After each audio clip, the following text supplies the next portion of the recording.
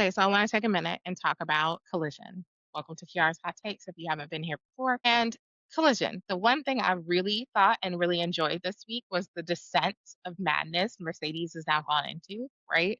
So now that she has lost her CBS title and she lost that Ring of Honor TV title, and now she's just been losing titles left and right and she just can't handle the things. She's like, F y'all, I'm out. You don't deserve me.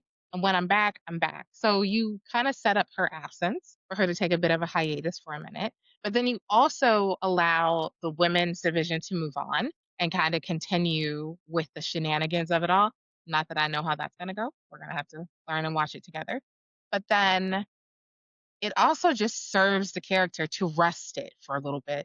And when she comes back, we can assume she's going to be a little bit different, a little bit edgier. Maybe she comes back with like some kind of authority figure, Camille-esque, but not quite, something that's a little bit more effective. Because she's a little thing, so she needs a little something. Maybe she comes back with a faction built out so she can like collect them all again. I don't know.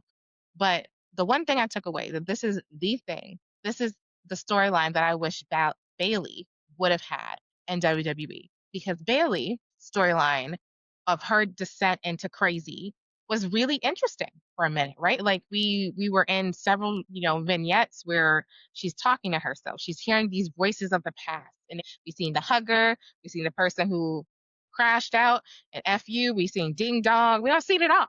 But the problem is ultimately that this storyline has just kind of stagnated a little bit. We still see shades of it here and there when Lyra has to slap her back into the ring and get her back into the mix of it all, but it's not really serving her or serving the division either. So it's kind of one of those things where it's just weird.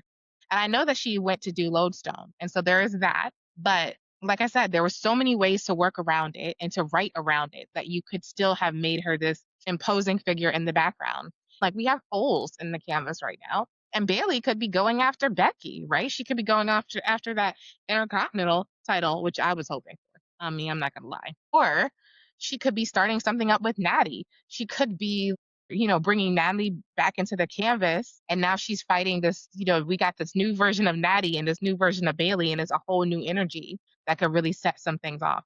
Or she can go into this situation with the Judgment Day of Liv and Roxanne, which admittedly is not really leading us anywhere. But I mean, it's something else interesting to do, but it's not moving the story forward. So this is one thing I think AEW is doing well and WWE needs a little bit of support on is how to tell stories, moving people in and out as needed, but also giving you a story that draws everybody eye on it, eagerly awaiting the return.